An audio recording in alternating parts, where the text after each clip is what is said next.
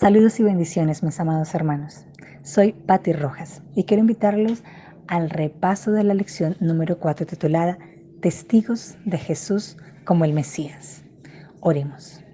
Bondadoso Padre Celestial, es un privilegio poder abrir tu palabra, poder escucharte, poder aprender de cada una de las experiencias que en ella encontramos.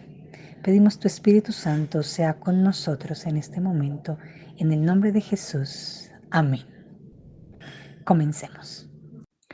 Hablar de un testigo es hablar de alguien que ha presenciado un incidente, que ha participado en un evento y cuenta de frente a otros lo que ha visto, oído, tocado, olido o probado.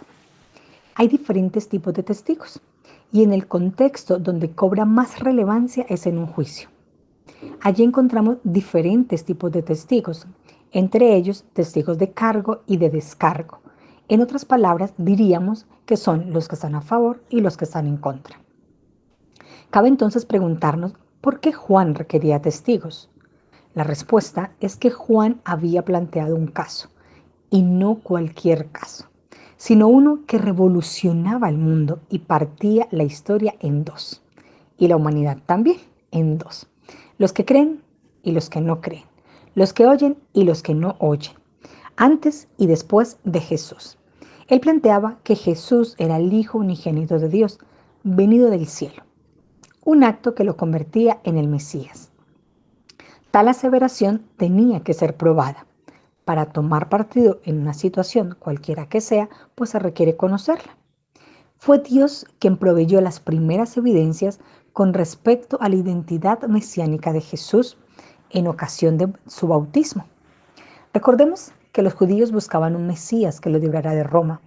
Ellos tenían la expectativa de un Mesías sacerdote y un Mesías real, rey. Sin embargo, el que realmente les importaba era ese, el Mesías real, un rey que los librara del Imperio Romano. Es por ello que ahora Juan busca revelar la verdadera razón de la aparición del Mesías dentro de su pueblo.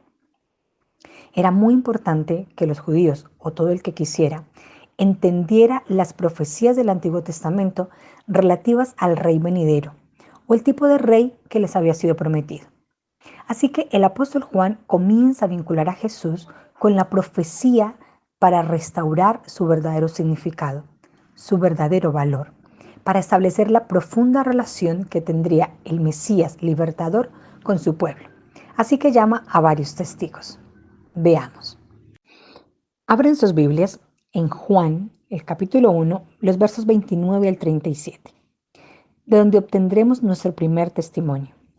El testigo es Juan el Bautista. Es un personaje respetable. De hecho, su nacimiento fue un gran milagro y su forma de vida un recordatorio de un gran profeta, Elías. Su palabra tenía peso. Su obra fue tan llamativa que mandaron a indagarle para saber qué hacer y qué partido tomar. La pregunta clave que le hicieron fue, ¿quién eres tú? Sin dudarlo, Juan respondió que no era el Mesías, que era la voz de uno que clama en el desierto.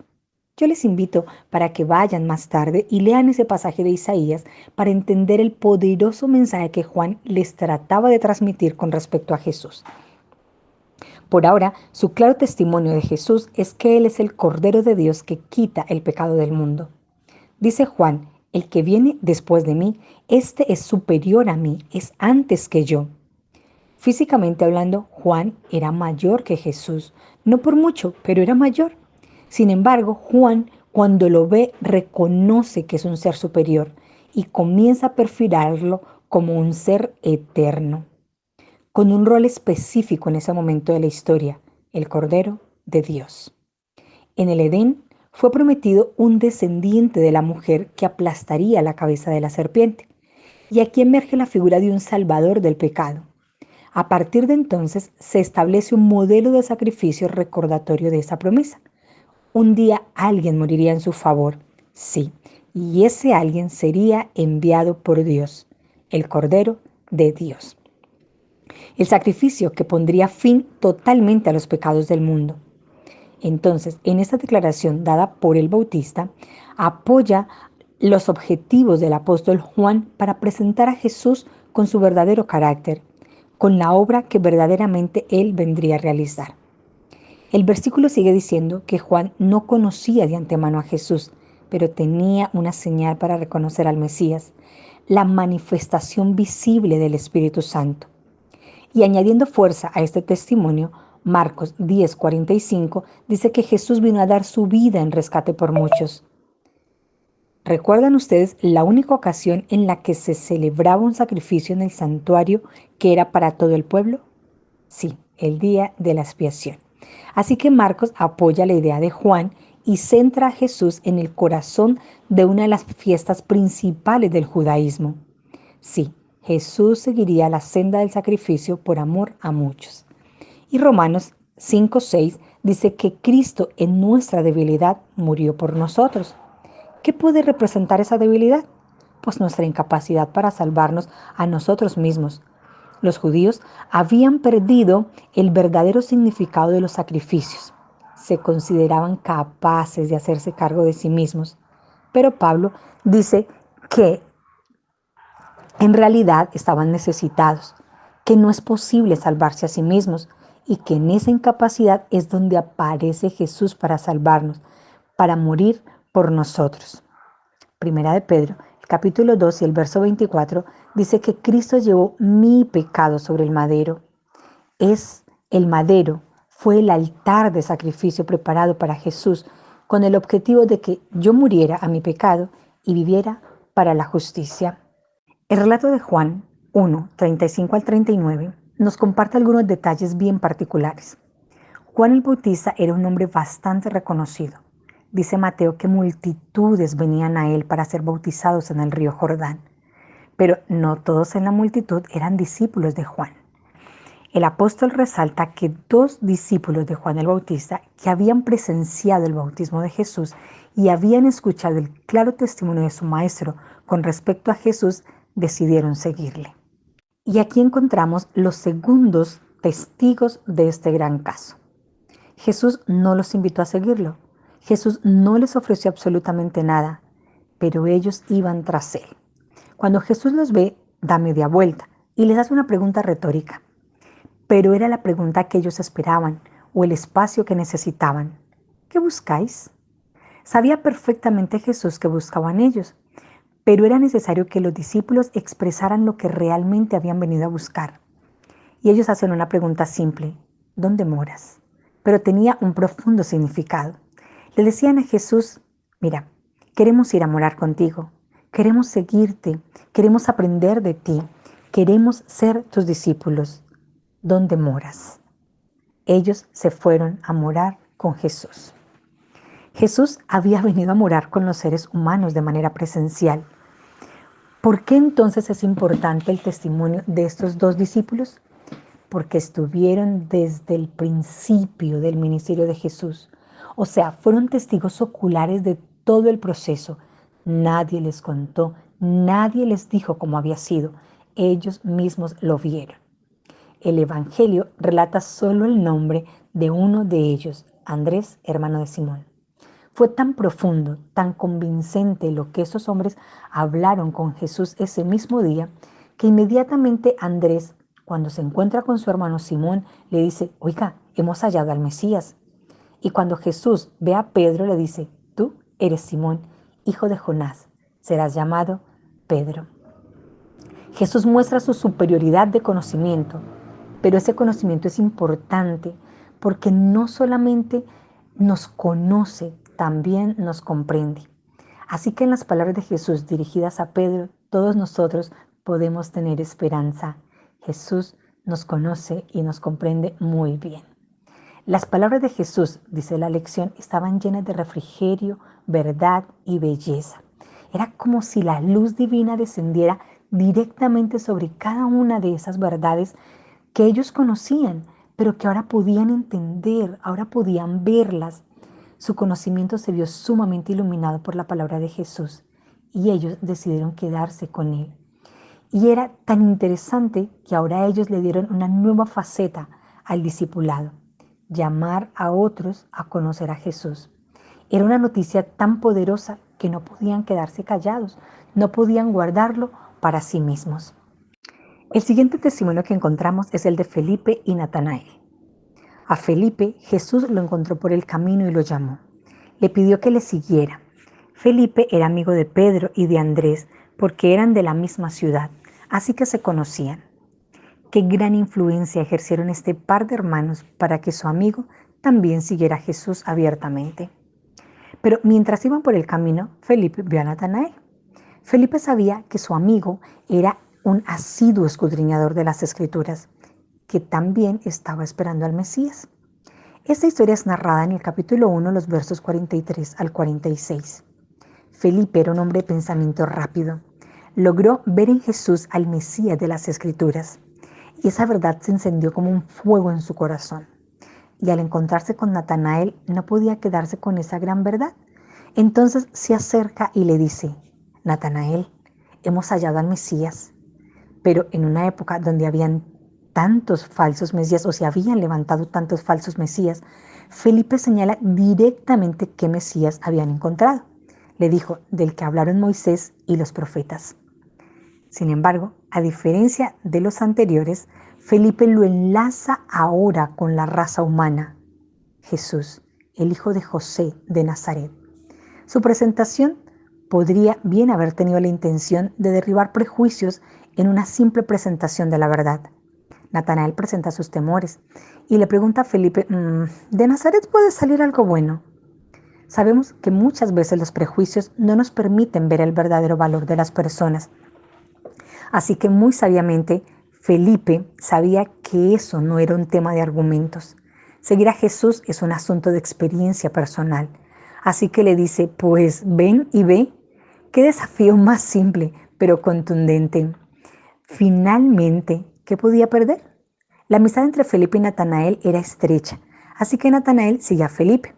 Y nos encontramos ahora con la segunda parte de la historia, los versículos del 47 al 51. Ahora la experiencia entre Natanael y Jesús. Jesús lo observa y hace una revelación de su carácter. Dijo: he aquí un verdadero israelita en quien no hay engaño. Por revelación divina, Jesús había visto a Natanael orando debajo de la higuera, suplicando encontrar la verdad entre tanta confusión, entre tanta oscuridad que reinaba en su momento. Natanael estaba deseoso de conocer la verdad de Dios. Era un hombre sincero, era un hombre de fe. Jesús no lo aduló cuando le dijo eso, sino que hizo una revelación de su carácter, de lo que en verdad era. Natanael se siente compungido, extrañado, y entonces le pregunta: ¿de dónde me conoces? Y Jesús le dice: te vi cuando estabas debajo de la higuera, antes de que Felipe te llamara. Natanael sabía muy bien qué había estado haciendo debajo de la higuera. Entonces reconoce el carácter superior de Jesús e inmediatamente le hace 3 reconocimientos. Rabí, le dice, le reconoce como un maestro, pero también como el Hijo de Dios y además como el Rey de Israel. Felipe le había dicho que era el Mesías, y cuando Natanael se encuentra con Jesús, da un testimonio mucho más abarcante. Cuán poderoso es el testimonio que pueden dar aquellos que han experimentado de cerca a Jesús. El siguiente y último personaje que dio testimonio en particular acerca de Jesús fue Nicodemo. Mientras los anteriores encuentros de Jesús habían sido con personas comunes del pueblo, ahora Jesús se deja encontrar por un fariseo. Y decimos que se deja encontrar por el contexto de que Nicodemo vino a Jesús de noche. Muy probablemente Jesús estaba en el huerto orando. Nicodemo había seguido los pasos de Jesús. Nicodemo le había observado. Él era un miembro influyente, era un hombre de recursos económicos, miembro del Sanedrín y maestro de la ley. Le urgía un encuentro íntimo y personal con Jesús. Nicodemo hace un reconocimiento importante de Jesús, aunque algo tímido, como rabí, como enviado del cielo, pues hacía cosas que no le había visto hacer a nadie más. Sin darse cuenta, Nicodemo estaba apoyando el ministerio mesiánico de Jesús. Aunque consideraba las señales que Jesús hacía como de origen divino, él todavía no tenía muy claro y no asoció sus obras con el Mesías. Así que Jesús se lleva a Nicodemo de lo conocido a lo desconocido. Le dice: amigo, tienes que nacer de nuevo. Los judíos creían que los gentiles necesitaban convertirse, pero ellos no.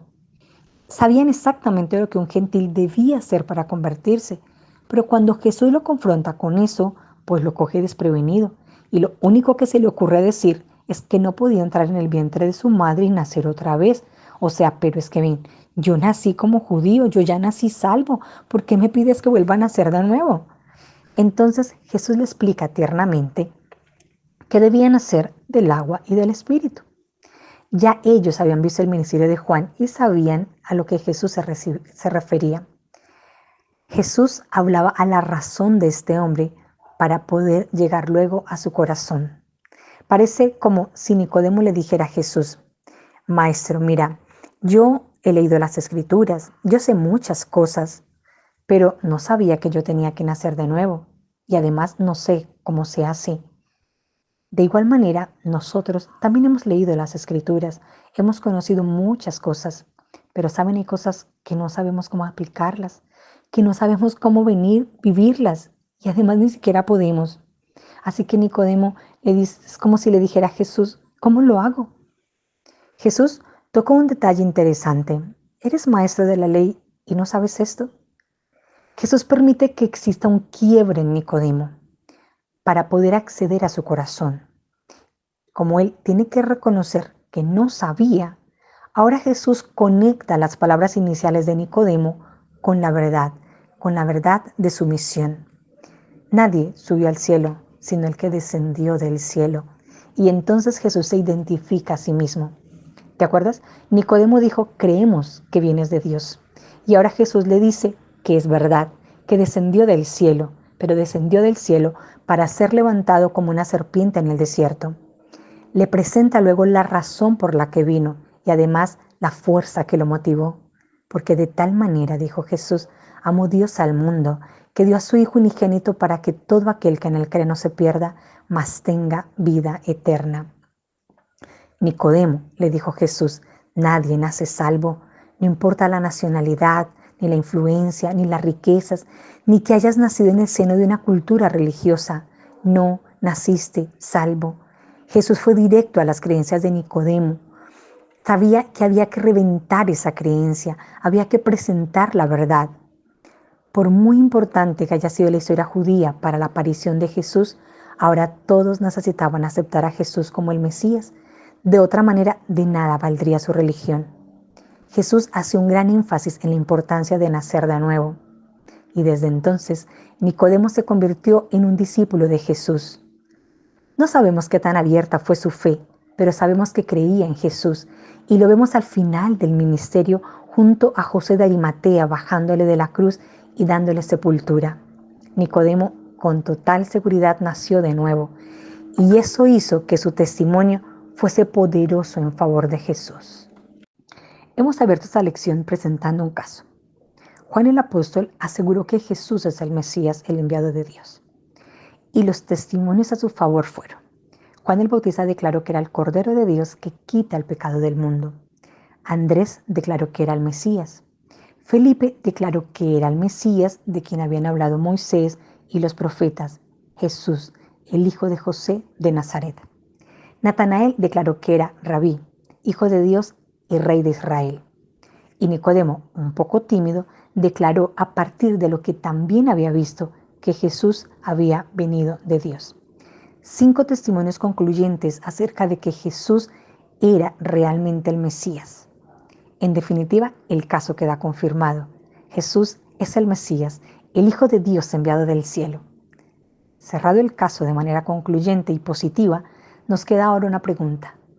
¿Y qué aprendemos nosotros de eso? ¿Qué aprendemos de cada personaje? ¿A qué conclusión vamos a llegar cada uno de nosotros? Juan el Bautista nos permite ver 2 cosas interesantes. La primera es que sin importar si nuestro ministerio es corto o es largo, debe ser apasionado. La segunda es que a veces podemos tener dudas. Él las tuvo acerca de Jesús, pero debemos seguir su ejemplo. Él fue a la fuente y le mandó a preguntar directamente a Jesús. Nosotros, cuando tengamos dudas, también debemos ir a la fuente, a la oración y a las Sagradas Escrituras. A partir de la experiencia de Andrés y de Juan, aprendemos que Jesús nunca rechaza a los que le siguen. Los que le buscan, le encuentran. Ellos tenían claro lo que buscaban y encontraron al Mesías, al Cordero de Dios que Juan les había señalado. De la misma manera, tú y yo necesitamos ser muy claros con qué buscamos al seguir a Jesús. Felipe nos enseña a filtrarlo todo con las Sagradas Escrituras y a dar razón de nuestra fe con argumentos claros. De Natanael aprendemos que cuando fue confrontado con la evidencia no dudó, tuvo la capacidad de cambiar de opinión y de reconocer a Jesús no solo como el Mesías, sino como el Hijo de Dios, como el Maestro, como el Rabí, como el Rey del cielo. Y de Nicodemo aprendemos un poco más de lecciones, dado que Juan registró el diálogo que éste tuvo con Jesús. La lección más importante que resalta de ese diálogo es la necesidad de nacer de nuevo. Solo cuando Nicodemo se sometió a la influencia del Espíritu Santo, entonces comienza a ver el reino de Dios. Nosotros también necesitamos someternos a esa misma influencia si queremos ver el reino de Dios. La lección número 2 de Nicodemo es que él era un maestro de la ley y no sabía algo tan sencillo como lo que Jesús le pidió. A veces nuestro mucho conocimiento nos evita o nos aleja del conocimiento verdadero. Pregúntate qué conocimiento quieres obtener de las Escrituras, el que Nicodemo tenía o el que Jesús vino a impartir. La siguiente lección dice que todos nosotros hemos sido mordidos por la serpiente, hemos pecado y la provisión de la salvación fue hecha únicamente por Dios, porque de tal manera amó Dios al mundo. Recuerda, es Jesús quien provee para ti el arrepentimiento y el perdón. Finalmente, frente a la gran verdad de que Jesús es Dios, el Mesías, el enviado del cielo, todos tenemos que tomar partido. La decisión es tuya, es mía. Yo quiero invitarte para que leas tranquilamente San Juan, el capítulo 3, los versículos 17 al 21. Tú puedes creer o no creer. Puedes amar la luz o puedes amar las tinieblas. Está en tus manos. Sin embargo, ten en cuenta que cada decisión tendrá una consecuencia eterna. Dios ha hecho abundante provisión para salvarte y para que mores eternamente con Él. Por favor, no te resistas a su amor. Que Dios te bendiga.